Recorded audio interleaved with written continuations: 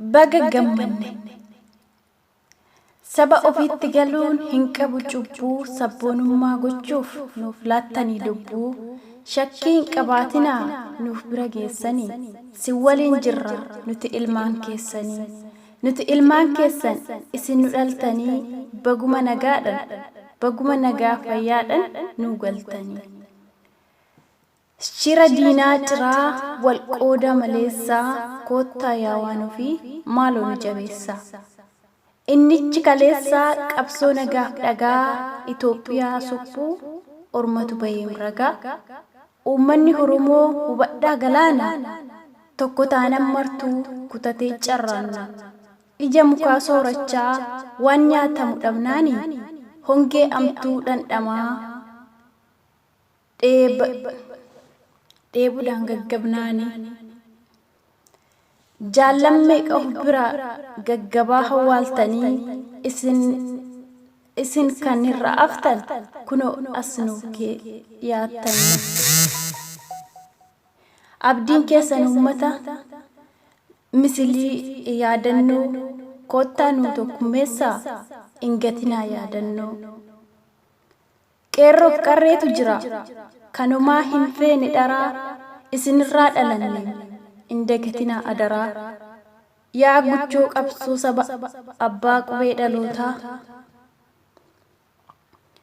Yaa guchaa qabsoo saba abbaa dhaloota qubee abdiin kee guutee jira kan diina dhagaan gubee. Koottutii toora galchii saba kee wal mufatee adaraa fi xambaasii sabboonummaa kufatee. Ani obsa dhabeen dirqeen si barreesse lubbuu koon siif kenna kaayyoo kee jabeesse. Harka duwwaan jira garuu immoo si faana rasaasni si dhufe dursee ana dhaana. Ani sodaan qabuu si faarsa lallabee barnuuf wayyaa yaa qomoo wal dhabdee. Erbuu seeneen jira tokkummaan kakannee nuti eebbifamoodha gaafuma dhalannee. Garuu ilaalchatu gargar nu fageessa bar ormatu diigee Oromoo kaleessa. Oromoon si qaba Oromoo qabaadhu ifa keen keessa guuti mee dheebuu baafadhu. Kaayyoof karoora kee karaa nagaa labsi tokkummaa ilmaan keetiin waraabiyyii cabsi.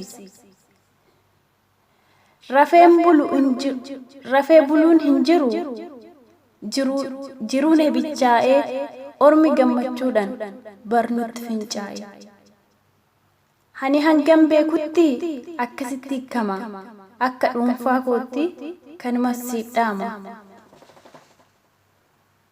Goototawwan kan keenyaa ifaajji keessanii kooraa Oromoo harka qaba. Galatooma walaloon koo kana fakkaata. Walaloo warra hidhamtoota hidhaa keessaa nu ba'anii gammachuu isaaniitiif walaloo gabaabduu kana isiniif qopheesseen jira. Hin jaalattu jedhee abdiin hin qaba. Kanaaf baga gammaddanii warreen mana dukkanaa mana hidhaa keessaa nu ba'anis baga nagaan nu baatanii gammannee jirra. Isinillee baga nagaadhaan maatii keessanitti nu dabalamtanii gammachuu daangaa hin qabne gammannee jirra. Waaqayyo iddoo jirtanitti nagaa isaaniitiif yeroo hunda biyya keenyaaf nagaa gammachuun akkuma itti fufetti nuuf haa ta'u. Waaqayyos baga nagaadhaan nagaa qaama isaaniitiin yaada isaaniitiin baga nagaa maatii isaaniitti nuuf dabalamanii gammachuu daangaa hin qabne keessa jirra. Garuu immoo kana yoo jennu karaa biraatiin gammachuun keenyas waan nurraa hin jira jechuudha.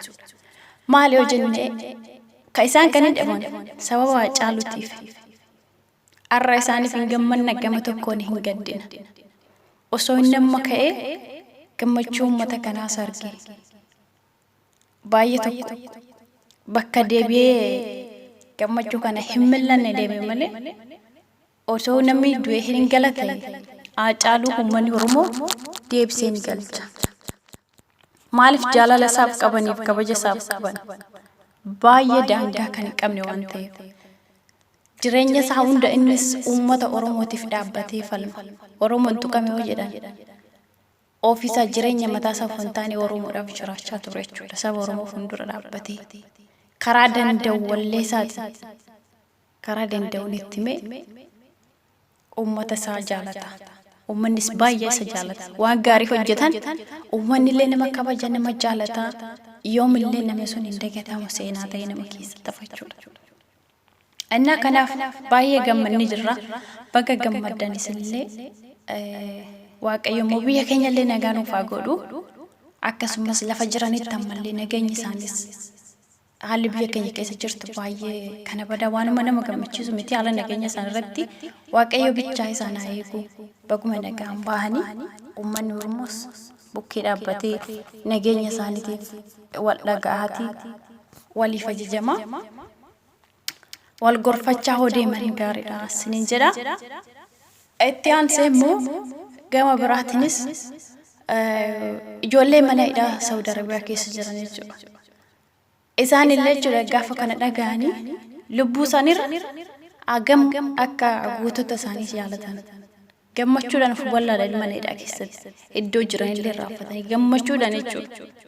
Argitaniirtuu viidiyoo isaanii dhugaa hedduu tokko garaana nyaatan baay'ee natti dhaga'ame. Isaaniifis Waaqayyo guyyaa tokko hin jira. Akka amantii keessanitti akka dandeessanitti Waaqayyo kadhadhaafi. Akkuma isaan kun gootonni yookiin immoo hayyoonni keenya hidhaa keessaa ba'an kana isaanis guyyaa tokko ni ba'u jedhee ni yaada jechuudha. Kanaaf obbolaawwan koo warreen dandeessanii akkasumas warreen miidiyaa guddaa qabdanillee ijoollee isaaniif yeroo baay'ee dudubbannee turre yeroo duraa sana haga hammaatti illee furmaata hin arganne. Kanaaf isaaniif illee Waaqayyo guyyaa ba'iitti isaanii guyyaa nu gammachiisu isaan illee itti gammadan mana dukkanaa keessa mana cinqisan keessa akka ba'anii biyya isaaniitti galan biyya isaanirra nagaa akka jiraatan akka amantii keessaniitti waa keessan kadhadhaa fi dhugaan baay'ee garaana nyaatan agam akka isaan hayyoota isaanii jaalatan jechuudha.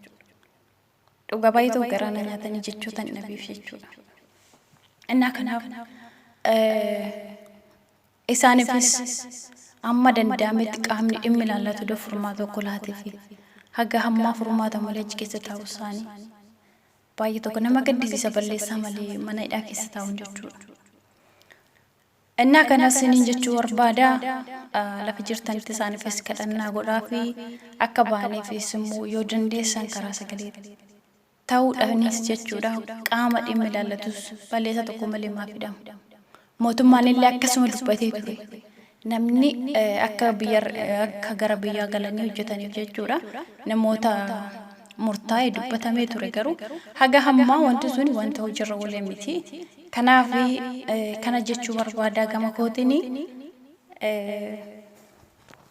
Innaa bakka gammadaa sin jedha irra deebi'ee uummanni Oromoo hundi keessanuu koongiraa sin jedhee jira. Gammachuun immoo kana caalu immoo gaafa Oromoon bilisoomtu immoo kana caalattu jechuudha. Kana caalattis akka gammannu abdiin hin qabne maaliif biyyi keenya bilisoomtee nagaan biyya keenya irratti jiraachuu baanee galuu nagadachuu iddoo barbaadde akka barbaadetti dubbachuu bakka bakkas socho'u. Kanaaf mirgi dhala namaa akka eegamu namni bahee galuu dadhabaa jira. Yoo waa dubbatee reebbamuutu jira rarraasanii badii tokko malee. Kanaaf kana siniin jechuu barbaada. Viidiyoo kana jaalattanii like subscribe gochuudhaan na jabeessadha.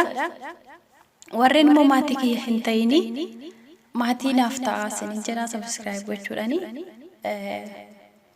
Kanan qabadhee dhufe har'aaf kan fakkaata waan na dhaggeeffattaniif galatooma ulfaadhaa horaa baay'een sin jaaladhaa sinan kabajaa turte gaarii.